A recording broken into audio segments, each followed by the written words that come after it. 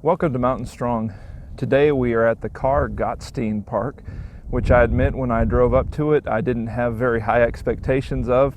I saw it on the map and I was kind of hoping that I would be able to get through this park down to the dramatic coastline that surrounds the city of Anchorage, and sure enough it actually did that, and I'm very thankful for that.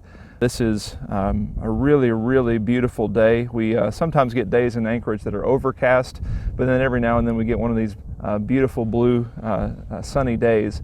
Today we're going to be having a look at the 8th Psalm, and so let's go ahead and dive right into that. Psalm 8, verse 1.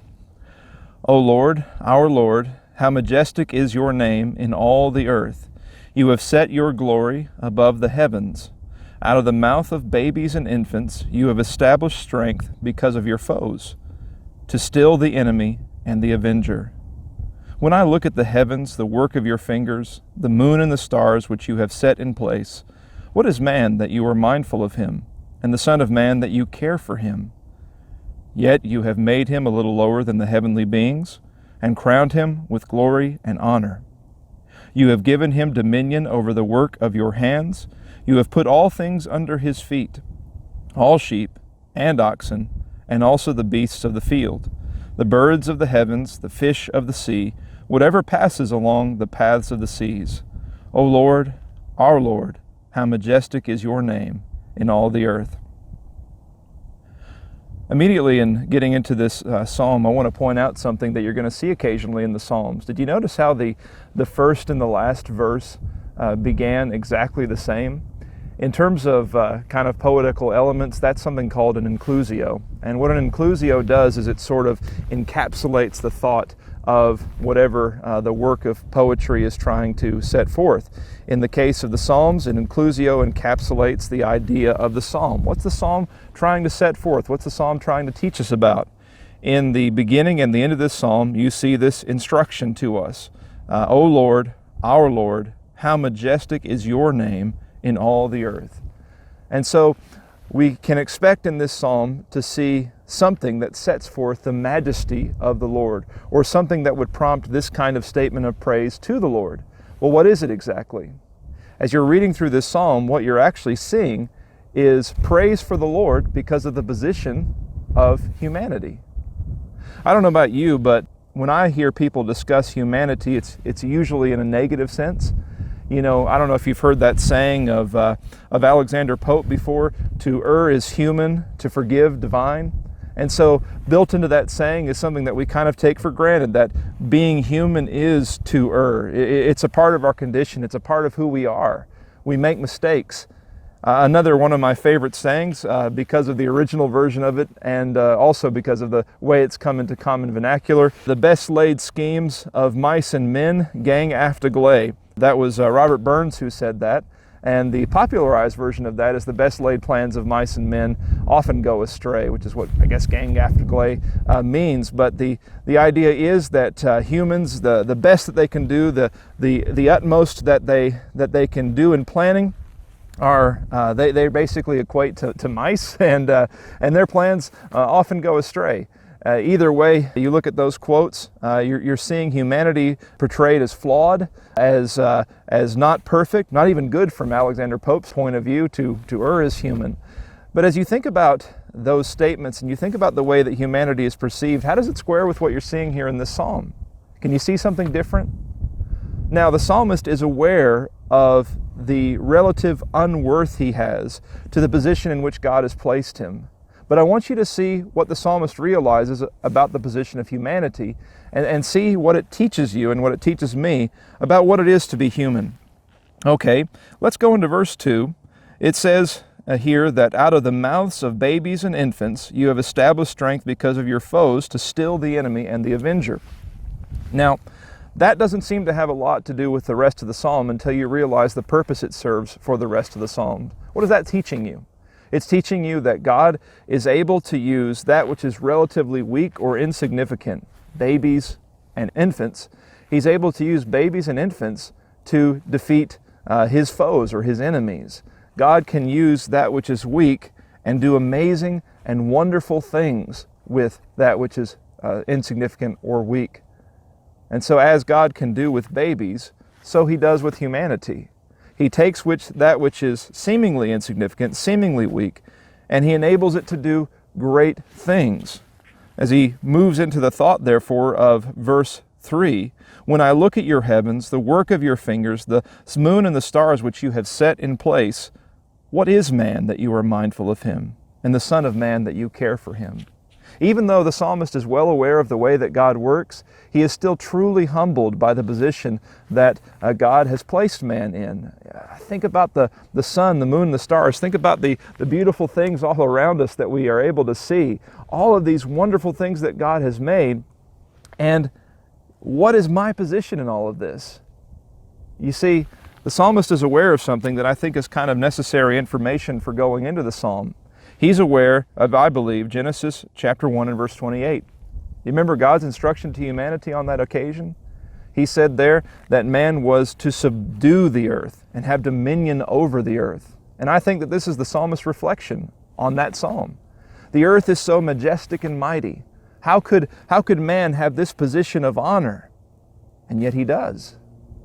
God must see something in man, some potential in man for true greatness. He says in verse 5, you have made him a little lower than the heavenly beings and crowned him with glory and honor. It's interesting that the straight line translation of that, you have made him a little lower than the heavenly beings, is actually you have made him a little lower than God.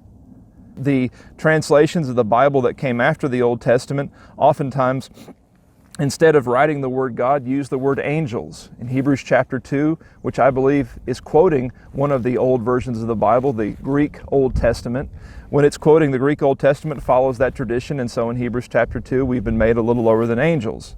As you reflect upon that, though, as we think about ourselves in both lights, we are made a little lower than God in the sense that we were made in the image of God, as it says in Genesis chapter 1, and we are made a little lower than the angels. They have a wonderful position in the throne room of God and in the heavens.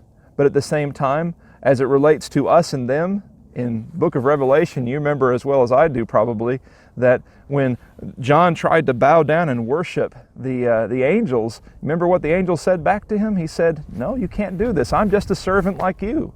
The same way that Peter rejected worship in Acts chapter 10 is the same way that the angel rejected worship when John tried to do it. Angels are not worthy of worship. They are servants of God.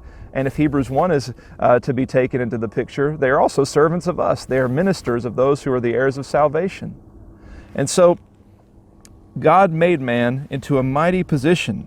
He crowned him with glory and honor. He gave him dominion over the works of his hands, it says in verse 6. He has put all things under his feet, all sheep, oxen, beasts of the field, birds of the heavens, fish of the sea, whatever passes through the paths of the sea. We have a truly wonderful and blessed position as human beings. Now, before I reflect a little bit more on that, I want to say something just as a bit of a side note. If you are reading along with me and you notice that phrase in verse 8, the paths of the sea, I encourage you to go online and to do a little bit of a search for Matthew Fontaine Murray. If you've never heard about that before, that's a very interesting story.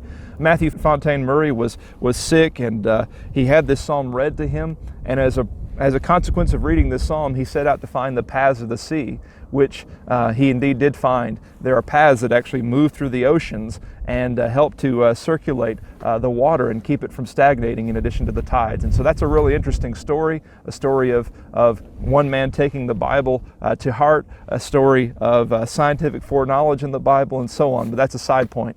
So in reflecting on this psalm before we leave our study for today, I don't think, I'm not always going to go into the New Testament rather, to examine the New Testament point of view on the Old Testament Psalms, but I think on this psalm you just have to.